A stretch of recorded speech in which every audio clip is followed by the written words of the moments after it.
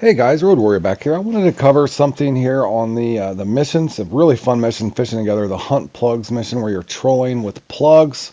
I want to say around 150 fish, somewhere in there. It's quite a few of each variety. There's kind of the setups that I'm using. The one level 86 rod works fairly well. The trouble you'll end up with is trying to get the line for it. Make sure you do pay attention there. But there's the two setups that I've gravitated to using now. That I'm level 90. Going along through here to marks, a lot of people have been asking for the marks that I've been using that's been watching me do this live stream. I went ahead and put a clip up. I might do some future hotspot videos. I was trying to do it in a different manner just to let people kind of go out and explore on their own, but you'll find a lot of these ledges will have all the big fish. Just throwing up all these marks here. I do run a lot of these lines, north and south, east to west. It kind of just depends on the wind. No, I have not got every bit of that figured out yet. There's a mark courtesy of my buddy Zat a long time ago. I think he fished on Steam a couple weeks before he was even able to come over here, so he did share me that mark. Now, this spot over here in particular, they're also there. Those were just the areas that I'd marked the troll through, and I never just actually left the mark for fish. Same kind of a thing there. I know that we were getting a bunch of tuna there, and I didn't save a mark, but there is tuna there as well. And again, on the side note, when you're doing these, you'll find that the marlin are also on these shelves.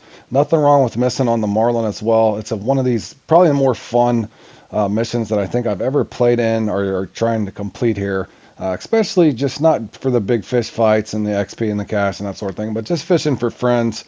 I think that's a really cool thing about the ocean update. Now, this mark there is probably well noted on YouTube, as well as all these ledges up here. As again, I'm just throwing up plenty of these marks for any guys that are trying to work on this as a team, whether you're doing it with duos, triples, or quads. Whenever you do with four people, that is a lot to do, but you'll notice all these little edges. Feel free to come out and try some of these yourself. I have found that pretty much all these edges, you could make a mistake maybe even and not even be where the birds are. You'll even sometimes find that on the sonar, even though there's nothing on the sonar, I've found even if you've made a mistake and been fishing on the wrong side, that you will still find the fish on these marks. Again, I haven't had all that time to work with with all the wind speed and stuff that some of the other guys have, but I am a guy that likes to fish on instincts, and I still find the fish even though sometimes they're not on there.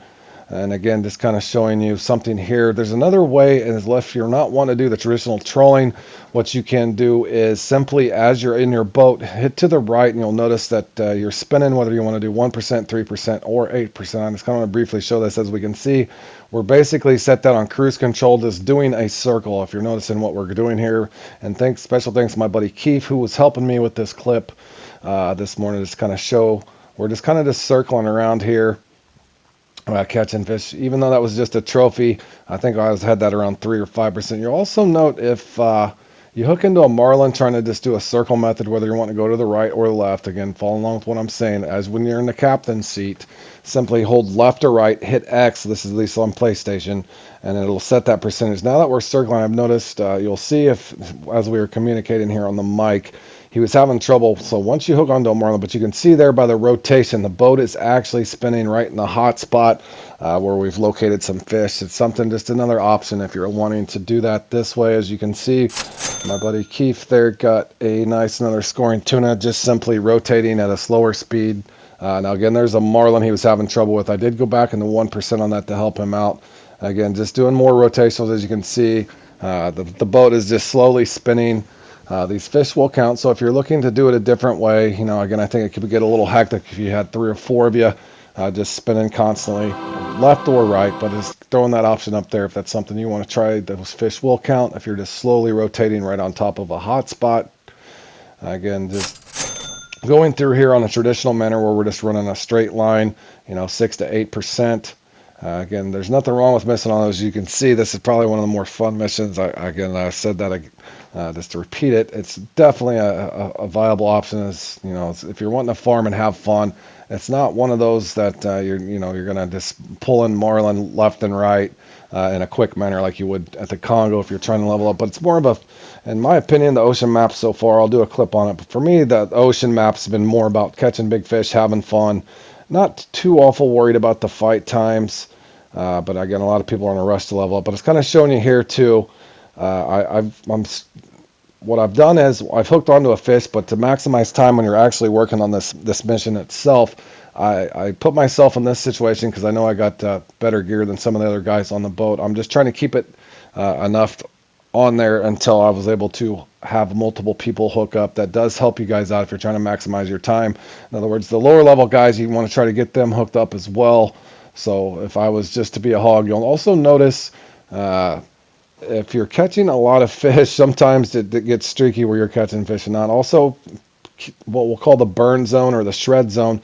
Once you get some of these fish in, it's all up to you, but you can do a little damage to your reel when they kind of have that last stand. This one here, put a little damage on my reel, of course, but it does save me quite a bit of fight time towards the end. To each their own on how you want to do that, but that's kind of fighting big fish tip there. Once you get him in close, be careful that I did have a buddy trying to shred his reel, get fought for a long time. Unfortunately, the percentage got him, and his fish got off after an extensive fight. So be careful doing that sort of thing. I think if you use it sparingly, it is definitely an effective tool that I hope Fishing Plant does not take away. As I pull in another unique big high here. Again, just going 6 to 8%. I do prefer those 10-0 plugs for me, even though they're a little heavier for the rods. Again, it's not like you're free casting them over and over. You can simply cast it out 60 foot and then just kind of let it drop off out farther. Also, you'll note there, my buddy King Beaver's pulling that in. That's just another example of trying to have multiple people hook up. Because again, what could happen in these things, again, there's Grizzly down there as well. Getting ready to pull in a nice fish. Grizzly got some nice scoring fish with us. Again, we've been fishing with a lot of different people, having a lot of fun with friends. I do encourage you guys to do that. This fish after fish here, and that's like I said, I did about 70% of my leveling from level 80 to 90 here. Only doing some at the Congo. That's very difficult to do, but I think you getting all the multipliers as well as fishing with friends, those things do add up. And again, for me, it was more the fun factor. I was heavily anticipating some of these shorter fight times just because they do get a little excessive. Food for thought if you want to bounce back and forth. And this is a mission I think you could start on with your friends, even if you're just lightly starting out, going back and forth between the Congo. That's definitely good advice that I like to pass along. Keeping yourself from getting bored, because you'll find what'll happen is you come over here and you fight a fish on a lower level gear and it takes you 15 to 30 minutes. That will kind of drive you crazy. Also, if you're just sitting over at the Congo, whether you're farming tigerfish or the Nile perch, you will also find that you get yourself bored. So following along, I think if you bounce back and forth, that helps. Again, this is another example. Thank you, my buddy Zat there, who kind of held his fish back, so to speak, if you're following along. So if you hook up, if you can, as long as you're not going to get spooled or that sort of thing, if you got the gear for it, be a courteous teammate and try to get multiple people hooked up instead of just one person catching a fish over and over. And sometimes you'll find that you'll feel guilty yourself. For whatever reason, they just pick you and you're getting the bites over and over and over while the other 3 people or 2 people are watching you catch fish. So do try to be good teammates as you're doing this and help people. Note here, I put this in 1% not only to help them, but I'm trying to get other people to hook up as well, trying to maximize the time. And sure enough here, this is amazing. I did let you guys know there, negative 1%. Also, if you put your boat in reverse, you're helping your friends, but you can also hook up and get part of this considered trolling as well. As long as the boat is moving, it is in 1% backwards. Thus, this fish will count. This is my biggest fish that I've ever caught on Fishing Planet, and I did get that in reverse, -1. That was 577 trophic Pacific bluefin tuna. I'm definitely proud of that fish. It was even a good fight on that level rod that I had. I did get in the burn zone and do a little damage to the reel there at the end, but that was a very fun fight, and I would not have got that, and it wouldn't have counted if I would not have put that in reverse 1% again.